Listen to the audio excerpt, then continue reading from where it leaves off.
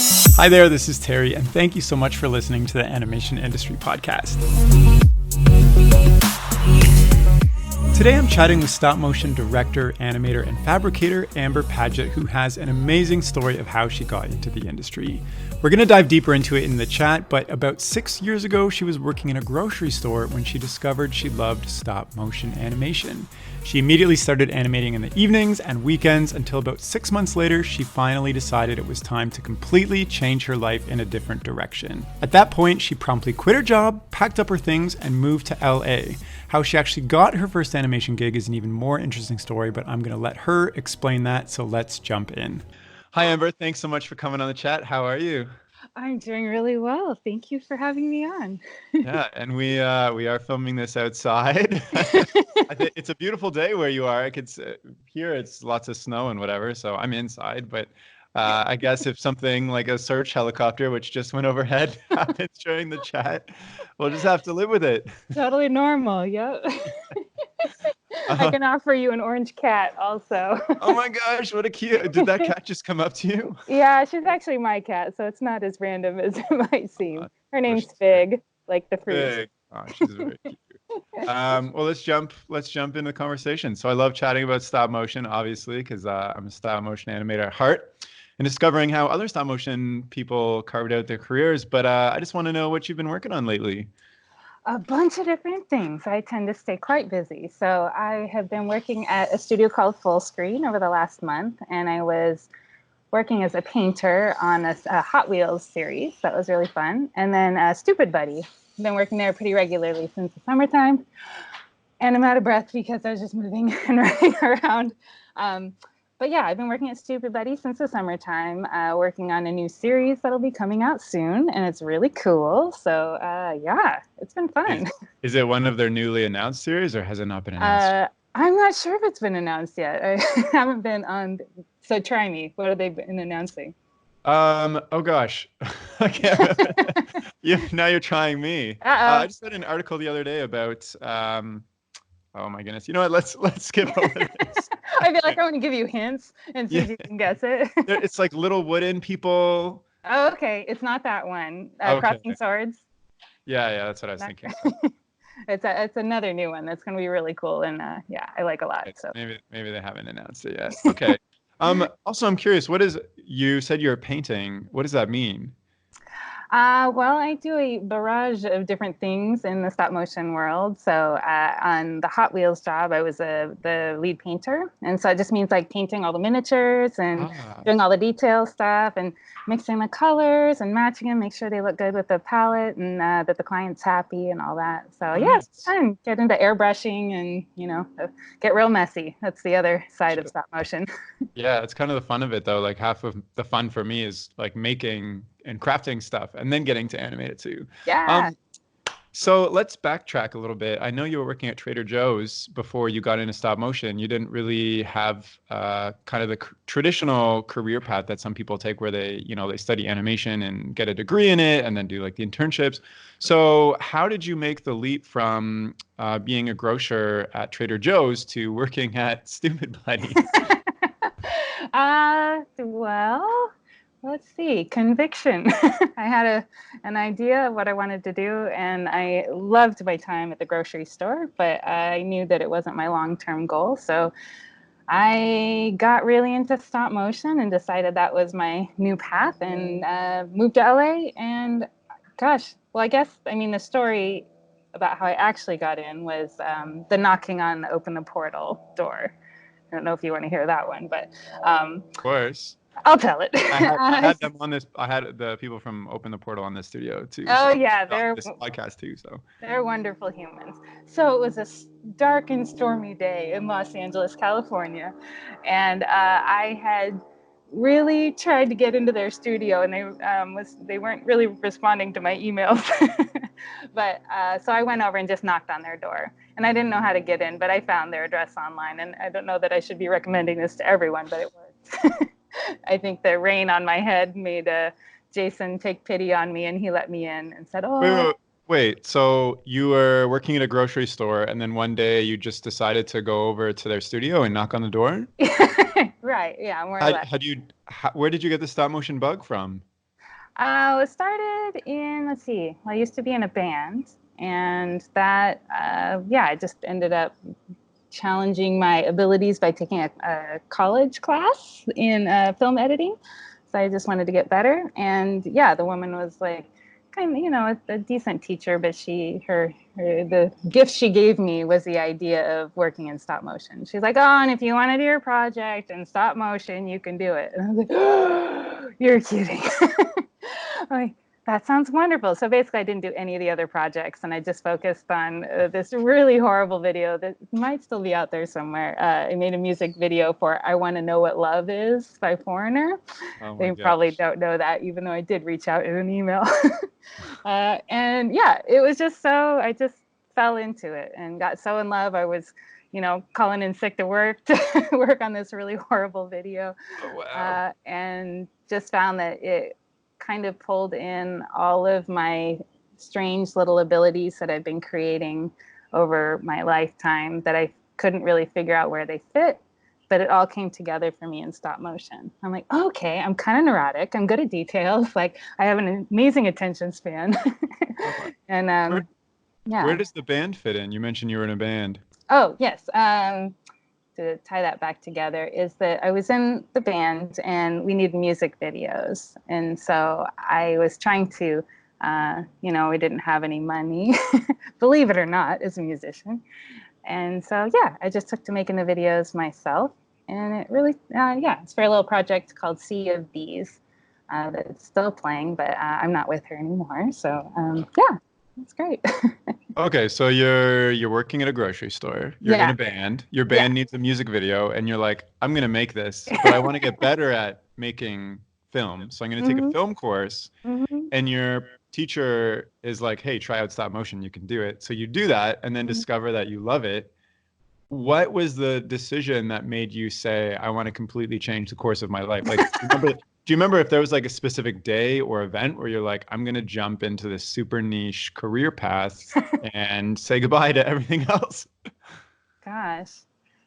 Um, well, gosh, I don't really remember a specific day that turned me into being an addict, but I do remember when I decided I'd quit my job, and that was when I knocked on the door at the Yeah. studio, and they let me in and gave me a little tour and teased me for just walking up and knocking on the door. And then right when I left, I didn't even have an internship or anything. I just went over to the grocery store and quit after 10 years. What? Okay, so what gave you the confidence to do that? Just I just seeing. I knew it was time. I Oh, just, wow. you know how sometimes things just really shock you and you're like, okay, this is it. And I'm prone to slower decision making in general, but it just really felt right. And I knew that I had to dedicate every minute. So And how luckily, did you have regrets after that moment? Did you have like never. a freak out moment where you're like, what did I just do? Uh, no, I didn't. No. I don't Did think so. How did everybody else in your life take it? Like I'm assuming people were kind of shocked. No, because they knew that I've been working towards getting into a new path for a while in stop Yeah. motion. I've been taking little steps to get into it, and yeah, and it just became very clear that I didn't need to, I guess, water down my time any longer, and Gotcha. instead just really make it more potent. So. Well, I think that's incredible and brave and amazing. And obviously it paid off. So you went into a studio, you came out the next day, quit your job, and then what? Because you're kind of starting at ground zero. Well, not ground zero, but like how did you then build up your career to work at, Stoopid Buddies, which is one of the biggest stop motion studios around? um, well, I just took it step by step. I know I had started an accountability group, and that was Mhm. really useful to keeping me organized and focused on the steps I needed to take to at least like aim my life towards what I wanted. And so, yeah, I just started making little goals, even if I didn't know that they would be productive. And that was, okay, I should make a business card. I haven't used hardly any of the business cards, but it was really important for me to sit down and focus on it and, yeah, be able to have something cute that I was proud of and show myself that I was making progress. And then I started doing weekly animations. around that same time, where I would put something out on Instagram every week at Wednesday at noon. And I was able to meet those goals. And so it kind of just step by step, I reached out to a bunch of friends. Instagram was really, really useful to me. I can't say that enough. And I've since given a million pep talks to everyone I meet in a bar. I'm like, let me tell you another thing. Here's your Instagram. You have an Instagram. But yeah, that was very useful, and just randomly reaching out to people that I liked and their work and commenting on it and meeting up with them in real life. Turns out that people on Instagram, even though they can kind of hide behind this website, are actually real people, and they're wonderful.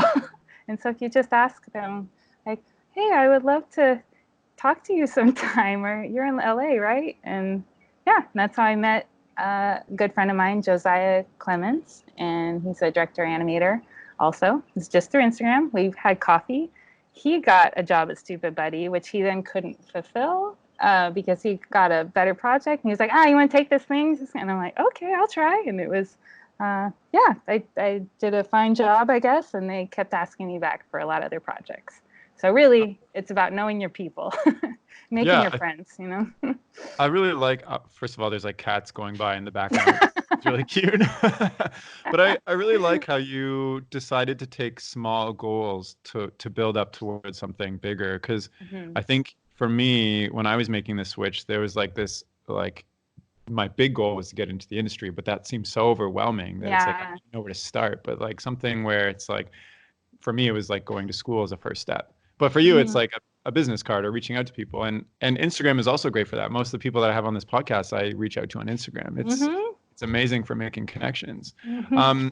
So besides reaching out to people on Instagram, you're also posting every single week on a Wednesday. What impact did that have on building the career for you? Did that give you a portfolio to show off? Did that like give you followers that, you know, helped you with confidence or something? Like I don't know.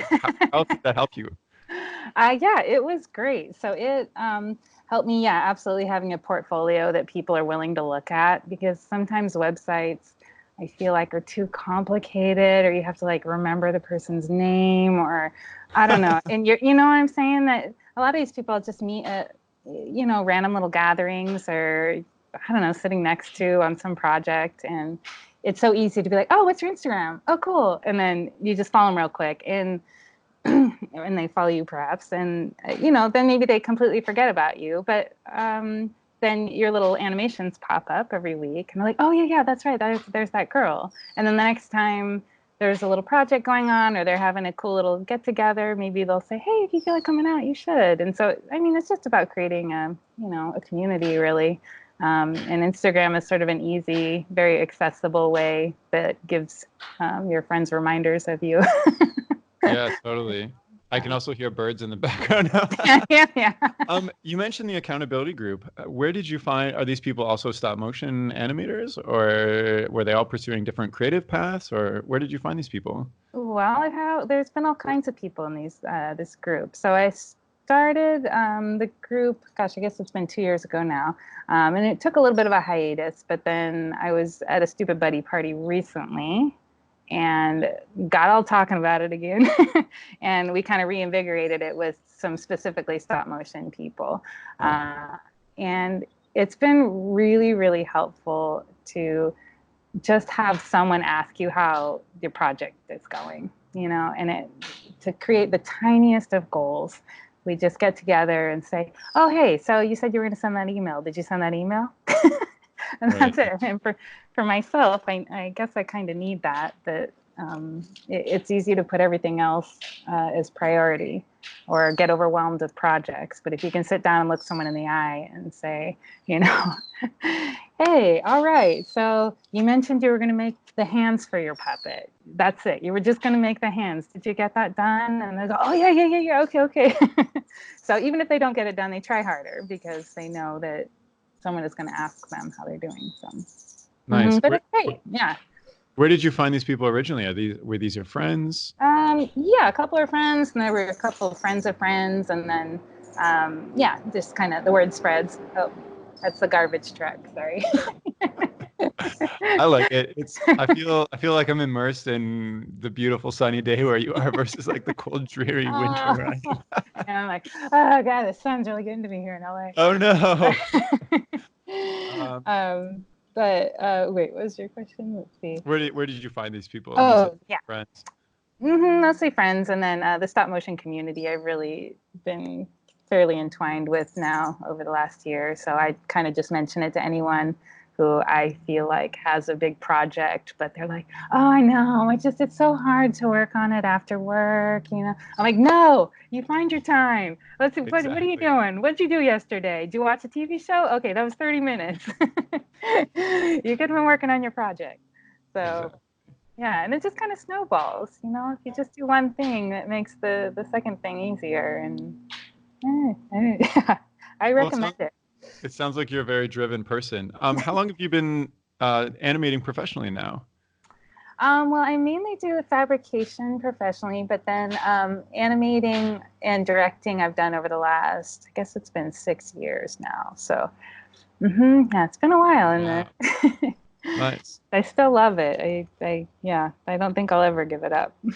Well, that's excellent. And thinking back, I guess, to when you first got hired at Stoopid Buddies, when your friend couldn't take the job and recommended you, why do you think they ended up hiring you? Is it because you had that recommendation, or did you have like a fully fleshed out portfolio at that point? Like, what was the we need Amber on this project factor? um, I would say it was probably 50-50. The recommendation, the short notice. So I just happened to be free when they needed me. And then I was able to, I mean, they just kind of extended me a little bit of trust.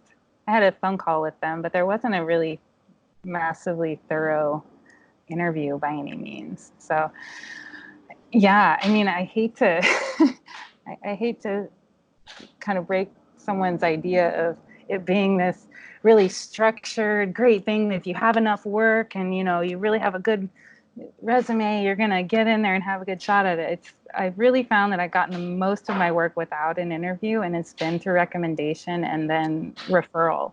So just having one friend that's like, "Hey, you want to take this one day for me?" I'll be like, "Oh, sure, sure," and then just like being friendly and working hard and showing up on time and treating it like you really care about it, and then it just spreads. It's just a web.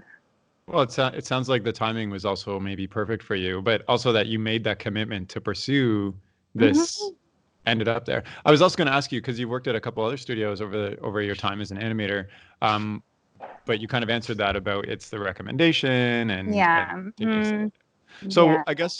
I guess what you could say is once you're kind of like in, it's kind of about just knowing people in the scene and when projects are coming up and making yourself available, I guess. Absolutely. Yeah. So, I mean, the best advice I can give to someone trying to get into the industry is just to find your people. Find the Yeah. people that you really like and that appreciate their aesthetic and their way of working that you really connect with, um, and stick with your buddies. Help people out. you know, Yeah. if you can get them a job, or we're all struggling. It's all hard to, us being freelance. We pop around all over the place. You never, sometimes I get 3 job offers for the same month, and then sometimes I don't have anything. And I'm like, okay, well, that's when I get to spend time with my friends and Nice. see what they're doing, help them out on their personal projects if I can, do my own stuff, and just do my best to immerse myself in this life I've chosen. So Gotcha. My past career in like business and marketing, it's more like you accept a job and you stay there for years, and then yeah, you make your life in the evenings and weekends while you're committed to like working the 9 to 5, 40 hours a week at this job. But I guess for you, it almost sounds like a whole complete lifestyle where your job and life are kind of very intertwined with who you know and when you're working on stuff. Are there long periods of time where you're not working and looking, or you kind of said you take those as breaks? yeah. Honestly, I feel very fortunate that it's gone very smoothly for me over the last 2 years of working in this field in LA. But there have been a few times where it almost seems like it just coincidentally lines up. And I'm like, I'm going to New Zealand. That's it. I want to do some animating out there. I want to, just whatever it is. And then maybe I won't get very many calls at that point. And it almost feels like that's how life is supposed to go, that it's just meant to be, that, that, that life, the workforce has given me this little break at the exact same time I had just planned a big trip. So I don't have to say no too many times, because that's never good for, your business or your soul.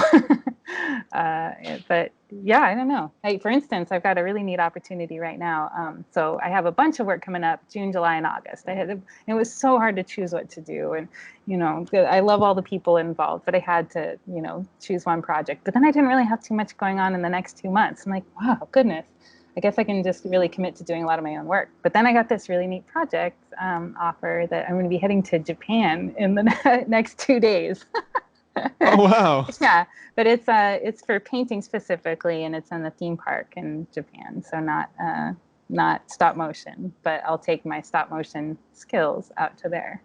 And interesting. Yeah, it's just sort of cool how it just worked out. I'm like, this is so strange. Why have I not really had too many offers in the next couple of months? And then I got the email, like, what are you doing next week? Oh my gosh. And this is from like a connection in stop motion? And this is actually through, let's see, I've just done a lot of odd jobs, but I had worked on a Star Wars theme park a little bit too. So it's all the kind of painting world, but it's not specifically stop motion. Oh my gosh. So you're going to Japan to paint a theme park. That's yeah, cool, huh? In 2 days. Wow. Well, thanks for doing this podcast in the meantime. Yeah, I'm really glad it worked out. I was like, oh gosh, because the tickets were still up in the air as to when we were leaving. I'm like, I hope it's after Saturday. So thinking back to your job at Trader Joe's versus where are you now, how does it feel? I know this was really the right decision. And I think that I was so fortunate to have a job that would pay me steady and allow me to have as much time off as I needed and give me health insurance and support myself and be flexible with me constantly in my wild ways. But I know that this is what I should be doing. And yeah, I just say if you're stoked at your job, stay there. If you're not stoked, then take any minute you have. And any minute, even at Trader Joe's, I would spend my 10-minute breaks outside going on YouTube, looking up stuff like stop motion that I loved, or like different kinds of cameras, or whatever people had to say about the industry I wanted to be in. And it was just those tiny moments that I think really helped me redirect like my whole life into what I wanted. Wow. So, Did you, I mean, looking back where our conversation now, it sounds you were very confident that stop motion was your thing. But you didn't get into, you went to the film course not expecting to do stop motion. Right. Was there a feeling you felt like stop motion is my thing because this is the feeling I get when I'm working on it? Like, how did you know it was going to be stop motion versus like something else, like photography or like live film or something like that? I guess, I'm not sure there was one moment, but I definitely had, let's see. I think kind of like what I was saying before, that I felt like it utilized a bunch of my different skills. And so photography is one aspect of what I like to do, but then I would miss out on crafting and, using my hands and that type of thing. And then, I don't know, it just seemed like it really grasped the things that I was better at. And so I'm like, okay, I'm just going to go ahead and follow that path a little bit. And it just kind of kept ramping up for me that things would fall into place. And I try to take those little signs as that I'm making good decisions. Were there any things that you look back on your journey that you could have done differently, or have you learned from that you take forward with you now? Ooh, that's a good question. This is like an interview. I know, gosh. Anything I did? I mean, I guess just doing it sooner. Yeah. That'd be great. Like, so does that impact your decision making now that you're more like? Ooh, yeah, actually, that's a good point. Absolutely. I was going to talk about one thing that I feel like, so I grew up super, super shy and really awkward and uncomfortable. I'm still kind of awkward and goofy, but I think it helped me learn how to survive being petrified. So Oh, being totally scared, which is something I think as we get older, we tend to make our lives less scary. Just by being more comfortable, you want to make sure you have health insurance. yeah. Some might say those are just wise decisions, but but I've kind of found that it's important to stay scared and just like jump into the pool. Yeah. That's something I regularly still practice. That when I see something that makes me uncomfortable, like, oh, I don't know what that food is, cool, I'm gonna order it. Or that no one wants to go ask that person what they're doing. Someone's painting, oh, no one wants to interrupt. I'm like, I'll do it, that's cool, I'll walk up. And it's totally scary to me still, but I Yeah. just learned how to just get right to it and not deliberate, and that's helped me a lot. Yeah, I love that you said that because that's actually something that I've been thinking about as I reflect on my own journey lately, where when I feel comfortable, it feels comfortable, but I Yeah. I don't push myself out of my comfort zone and I end up staying in the same place. So like the thing that's been going through my head is like make uncomfortable comfortable, I guess. Totally. So push myself to be uncomfortable and then naturally my brain just figures out how to make that situation comfortable. But then I Mm-hmm. need to keep pushing myself further into Yeah. uncomfortable situations to grow and learn. And I love that you kind of said that too. And you didn't just, you brought into every aspect of your life, like reaching out to people or like trying a different food. And it's Mm-hmm. just it sounds more exciting. It's hard. Like going to parties and stuff, I still have that where it can be people I know. And I'm sitting in my truck, like before I go in, I'm like, okay, all right, it's fine. Just go in there. You got this. You got this. Just go in and say hi. And, like showing up to a party by yourself or people, maybe you don't know anybody, you just have to do it. You just Yeah, don't think about it. yeah, yeah, exactly. And I think a lot of people don't take that step because that fear, Hmm. just keeps them not doing those things. And then they miss out on those opportunities, I guess. I know. So, Yeah. what is it like being a stop motion animator now? I know you said you do a lot of puppet fabrication and painting and animation. Is Hmm. there like I don't know, what's your specialty in all of these things? Well, let's see. I think that my personal specialty is the outdoor animation. That's something that I love the most. And although I don't tend to be as much of a puppet animator, I found my love in like rocks and sticks Yeah. and chainsaws, apparently. But rocks and sticks, yes. So I think that that's really my thing. I love being outside. I love just nature, and I love the unpredictability of what you're going to get in that in that Yeah. format. And uh, yeah, it's great.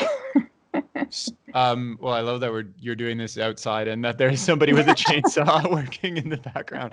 What is outdoor animation from your perspective? Because like, are you working on puppets or like you're animating rocks and sticks? Like, what is outdoor animation to you? Just anything outdoors? I guess so. I kind of look at it as I started calling it adventure animating because that sounds so fun.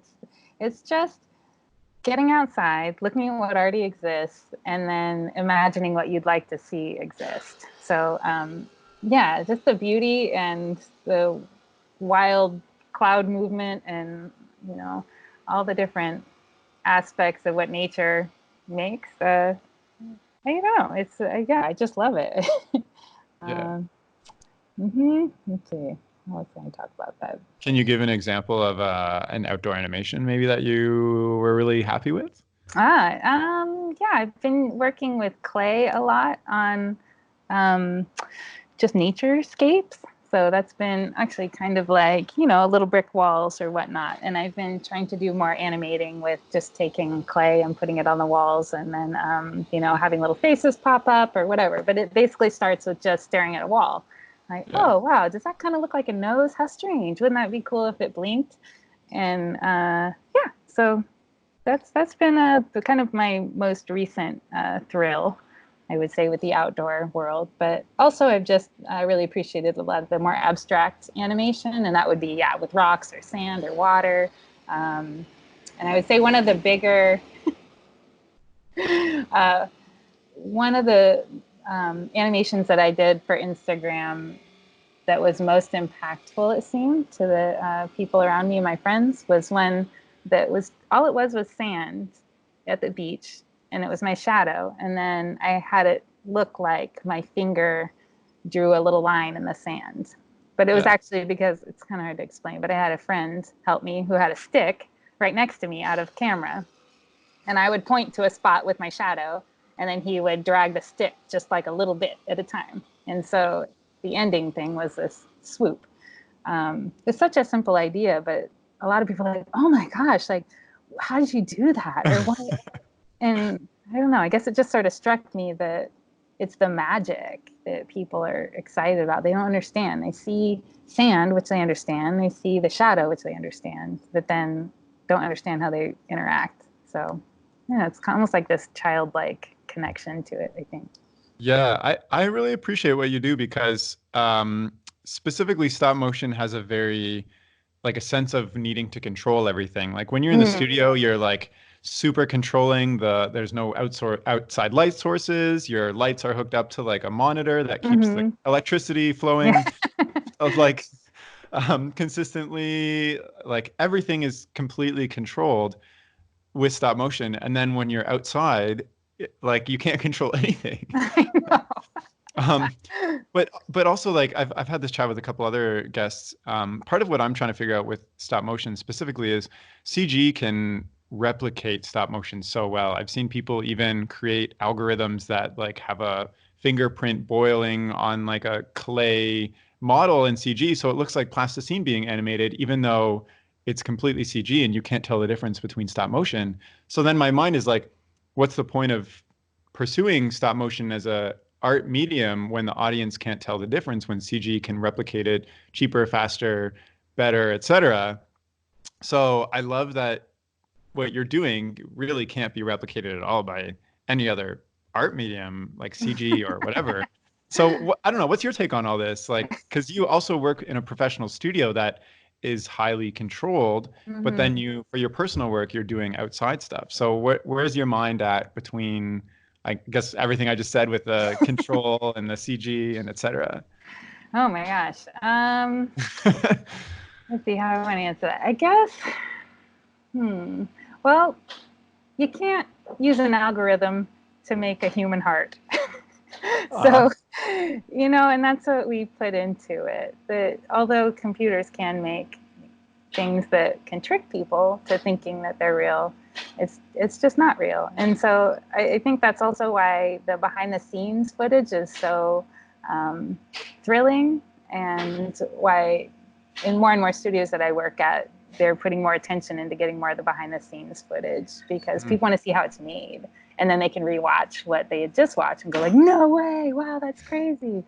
So, yeah, I think that having that kind of organic part of it is, hi, my neighbor, Nancy. Hi, Nancy. Yeah, I think that especially the way that stop motion has been going, where it seems that studios are wanting things to look more and more human and more touched and more kind of rough almost. That's been my experience anyway. I think that having, let's see, we'll just kind of continue down that path, that there'll be more and more nature included in the future of stop motion, that we want to have I don't know. Yeah. Well, I got a little distracted there. Pardon me. Yeah, I like that. I was going to ask you if you see more outdoor stuff or more, I guess, like natural chaos in stop motion, because on one aspect of, or one side of the spectrum, you have Leica pushing the technological boundaries of stop motion to make it seemingly like incredibly perfect. And then on the other hand, you're doing stuff where it's like, the lights, the lighting, whatever happens, and you're creating a story to tell in this like outdoor chaos environment. I think it's really cool. One thing I was going to ask you, sorry, I'm like tripping over my own thoughts, was I don't see a lot of, I guess, outdoor animation in professional stop motion. I know I've seen it in some commercials, and like I see it a lot on YouTube and like Instagram for like people's personal work, but I haven't seen it in like TV or movies or anything. So you say that you actually think that it's going to get more towards that. I would like to think so. It's definitely what I love. So, and I'm getting more into it. But I can definitely see that. I think that especially right now with nature kind of being attacked in a lot of ways, like just Oh politically yeah. in our country and stuff, I feel that uh, people are kind of having a rejuvenated um, feeling of wanting to take care of nature and see more of it, and that maybe in the future we will be kind of guiding stop motion in that direction just for the sake of it. I mean, I guess everything comes into fashion at some point, and with stop motion, people are just experimenting with it so much right now, and it's so cool to see. So who knows what's going to happen? But it's hard for me to say if it'll actually become some big mainstream thing because it's a pain in the butt. Oh my gosh, it's so hard. Like I don't know why I would take the most challenging form of animation, in my opinion, and then add like, okay, let's put time lapse into it also. So now you're not just animating, you're also animating on a schedule where you can, you're like, okay, you've got 45 seconds to make that motion. Like, that's hard. And if you screw, or it just starts raining. Like, okay, great. I've just set up my shot for, an hour or something. And, been looking for this perfect background and, dragged all my camera gear out and then it just starts raining. Like, okay, well, next time. Oh my God. Well, So, I was going to ask you what are some of the extra complications, but it sounds like. oh, it's unlimited complications. That's what I love about it too. Is for instance, people walking by. That's been a really hard thing to deal with. The passerbys of I'm standing there and animating on some beach in the middle of nowhere, and then someone comes up like, "Hey, what are you doing?" I'm like, "There's literally like clouds moving behind my camera right now," and so learning to talk to someone while animating, and then being careful that the tripod doesn't sink into the sand in a weird way, and the I don't know. Yeah, it's just unlimited challenges. Or there's the So, damn seagulls. Boy, they're the worst. oh no. Wow. Yeah, that's a lot of stuff I don't think about because when I see something like your sand one, I'm just like, oh, she set up a tripod and like took, I don't know, an hour to, and meanwhile, there's people coming up to you asking Yeah, seagulls in talking your shot. So what is a successful uh, final product for you when you're shooting out something outdoors? like, how do I know someone else will like it or if I'll like it? Period. At Okay. either or, like what is success for you? Ooh, I guess it's just the feeling of when I am done. I'm like, oh, I can't wait to watch that. Because I do a lot of it without a monitor. So I just do kind of freeform animating and then yeah, so I have no idea what it actually looks but there is that feeling of feels like Christmas kind of. We're like, ooh, what's gonna happen? What's gonna happen? And then I get to watch back, and if it goes smoothly and nothing, the camera didn't fall sideways an inch or whatever, then I take it as a success. So keep your standards low. That's what I suggest. I get that. It's the exciting feeling of not knowing what you created and then what could happen. Yeah. Do you get I guess you mentioned if other people like it too. Do you hope that like what is your hope when other people see it? That'll make them want to try it also. Yeah. So if I can just kind of inspire people to, you know, just use your dumb phone, set it up and, just try something out. Just explore and be creative. It's so easy to, I think, sit and just take in information all the time. It's like books and TV and, which is all wonderful. It's great for inspiration too. But I think it's important just to like touch things and interact with the world and use whatever tools you have. A lot of people are, common thing I hear is, oh, well, I need to get Dragon Frame first, or I need to get a good camera, or you don't need crap. You could do it with like, a disposable camera. It'd be really short, but you don't need anything. So That's your just next just get project out now. there. Yeah, disposable.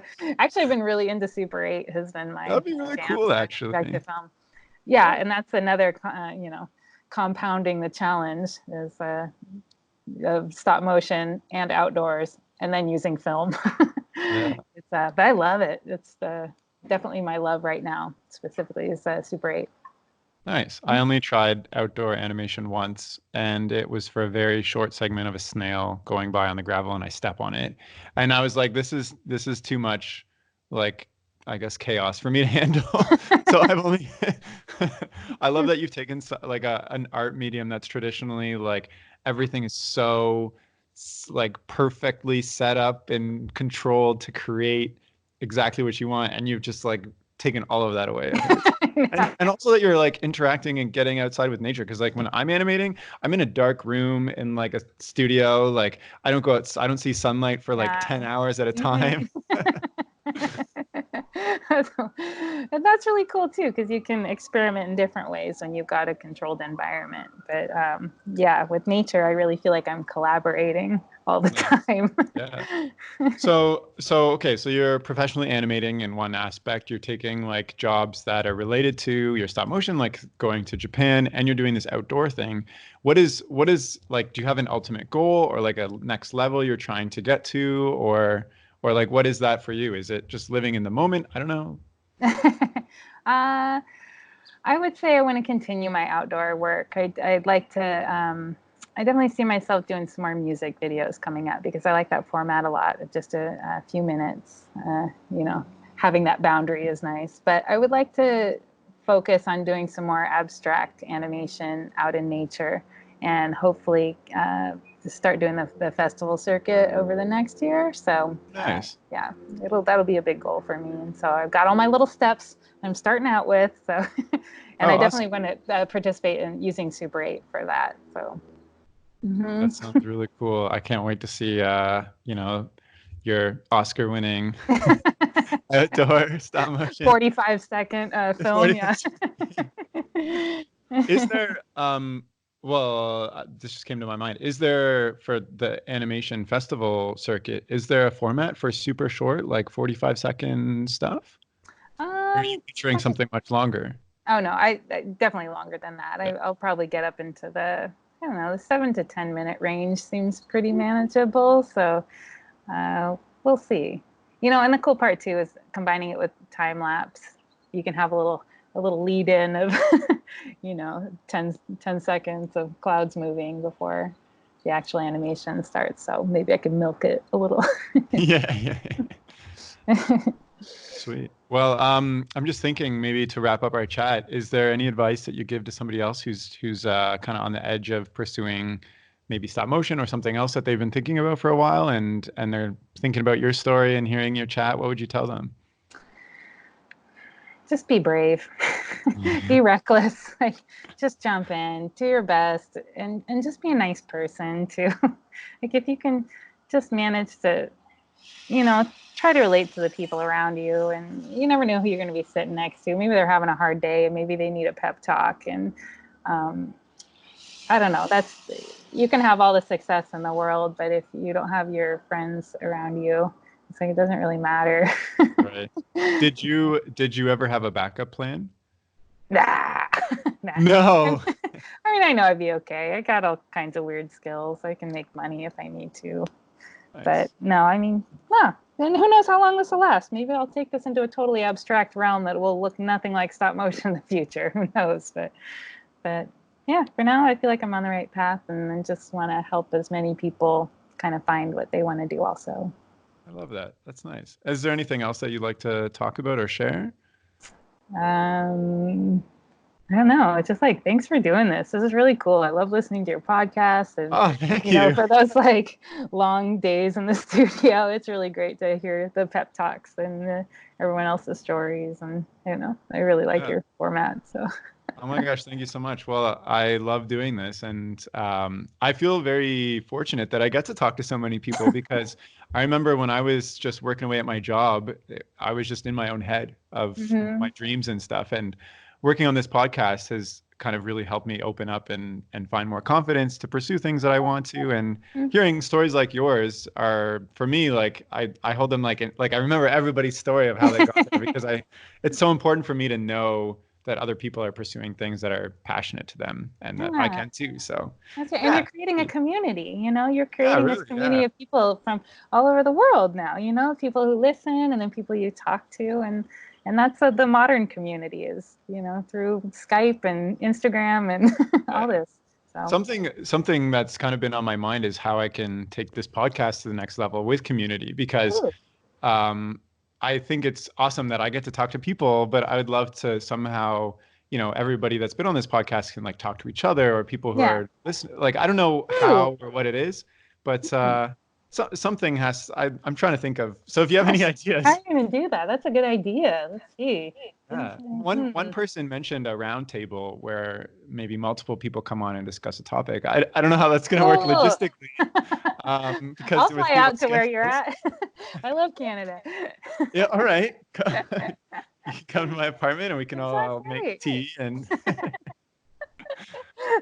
I'm sold.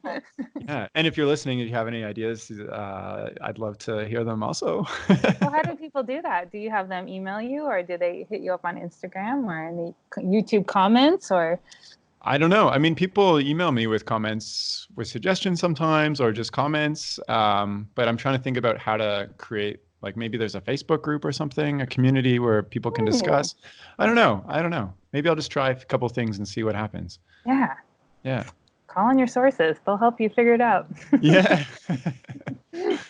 Well, is there anything else you'd like to share? I don't know. I think that's it. Let's see. If I think of anything, I'll leave it in the comments. All right. Well, thank you so much for joining me on the chat, Amber. It's been lovely chatting, and I'm so happy we did this outdoors too with all the fun things that happened. It's going to be an editing nightmare. I'm sorry. I'm not going to edit any of it. So. Oh, no. Well, thanks so much, Terry. This is a super rad. I hope you come out to LA and come visit. I'll give you a tour of all the studios I can possibly squeeze you into. Okay, I would absolutely love that. I'm going to have to make a trip down soon. Great. And if you're listening and you'd like to follow Amber's work or get in touch with her, you can do so by checking out her Instagram or her website, which are both by the name Heavy Sweater Productions. And I'll include both those links in the description of this chat. And that's all for now. Thank you so much for listening. Okay, bye.